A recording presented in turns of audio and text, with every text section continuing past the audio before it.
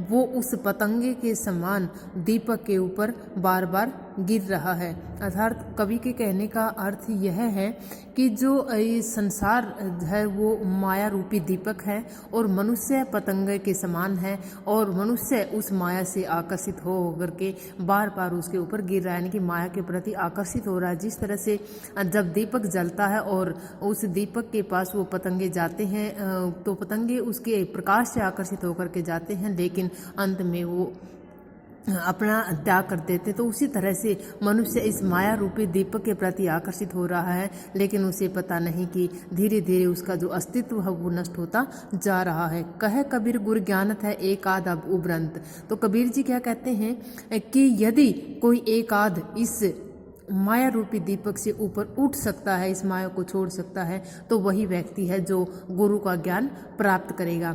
अर्थात कवि के कहने का अर्थ यह है कि यदि हमें इस माया से छुटकारा पाने चाहते हैं तो हमें गुरु के ज्ञान की आवश्यकता है।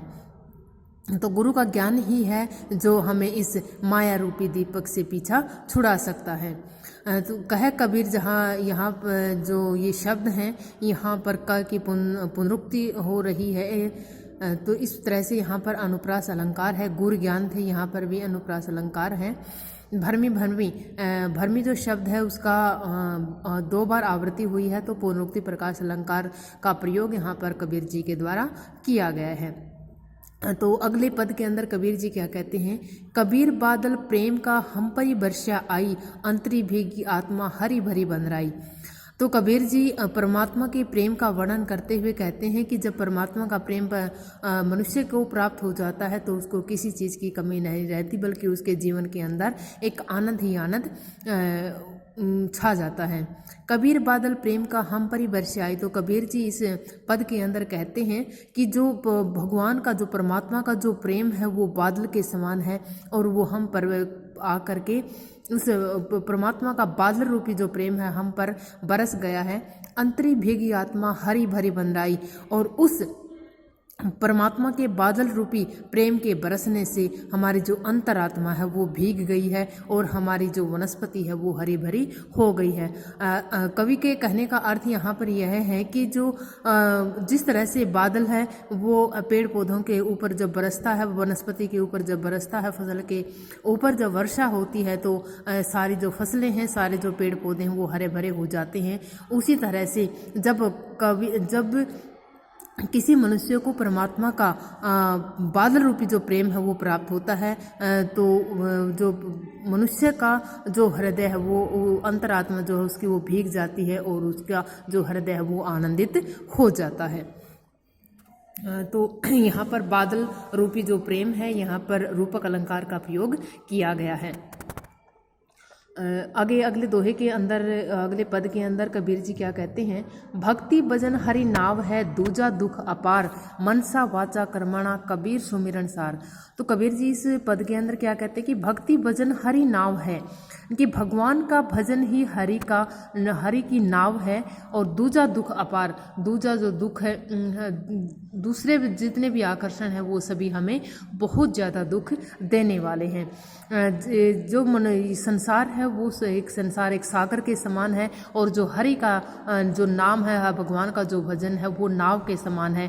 तो यदि हम इस संसार रूपी सागर को पार करना चाहते हैं तो हमें हरि के नाम सुमरन रूपी नाव की आवश्यकता है। और यदि हम हरि के नाम को छोड़ करके किसी अन्य वस्तु के प्रति आकर्षित होते हैं तो वो वस्तु हमें हमेशा दुख देने वाली होती है। मनसा वाचा कर्मणा कबीर सुमिरन सार। तो कबीर जी पंक्ति के अंदर कहते हैं कि मनसा वाचा कर्मणा कबीर सुमिरन सार। कबीर जी क्या कहते हैं कि हमें मन से, वचन से और कर्म से उस भगवान का सुमिरन करना चाहिए, भगवान को याद करना चाहिए। यानी कि सिर्फ मन से नहीं, सिर्फ कर्म से नहीं, या फिर सिर्फ वचन से नहीं, बल्कि तीनों से ही हमारा जो मन है उस यथावत होना चाहिए। जैसी हमारी वाणी है, जैसे हमारे कर्म है, हमारा मन भी वैसा ही होना चाहिए, तभी हमें उस परमात्मा की प्राप्ति हो सकती है। कबीर निर्भय राम जपी, जब लग दीवई बाती, तेल घटा बाती बुझी सोवेगा दिन राती। तो कबीर जी क्या कहते हैं कि हमें यदि परमात्मा को प्राप्त करना है तो हमें उसको प्राप्त करने के लिए लगातार लगे रहना है। और यदि हमें हमारी जो सांस है कभी भी छूट सकती हैं तो तब हम दिन रात रोते रहते हैं। तो इसलिए कबीर जी मनुष्य को आगाह कर रहे हैं, मनुष्य को चेतावनी दे रहे हैं उस परमात्मा को याद करने के लिए। कबीर निर्भय राम जपी, यानी कि कबीर जी क्या कहते हैं कि हे मनुष्य, तुम निर्भय होकर के, निडर होकर के उस भगवान का जाप करो। जब लग दी वही बाती, जब तक दिए के अंदर बाती है, यानी कि जब तक हमारे शरीर रूपी दिए के अंदर प्राण रूपी बाती है तब तक उस भगवान का सुमिरन कीजिए। तेल घटा बाती बुझी, क्योंकि जैसे ही हमारे सांस घट जाते हैं तो ये प्राण रूपी बाती भी बुझ जाती है। तब सोवेगा दिन राती, और तब तो दिन रात सोता रहेगा। अर्थात जब हमारे शरीर से प्राण छूट जाते हैं तो फिर हम उस परमात्मा को प्राप्त नहीं कर सकते। इसलिए आवश्यकता ये है कि हम समय पर जाग जाएं और निर्भय होकर के राम का जाप करें, क्योंकि जैसे ही हमारे शरीर से सांस रूपी जो तेल है वो घट जाता है तो हमारी प्राण रूपी बाती बुझ जाती है। तब वो परमात्मा का जो स्मरण है वो भी हमारे हाथ से छूट जाता है। इसलिए हमें अब भी से उस परमात्मा का स्मरण करने की आवश्यकता है।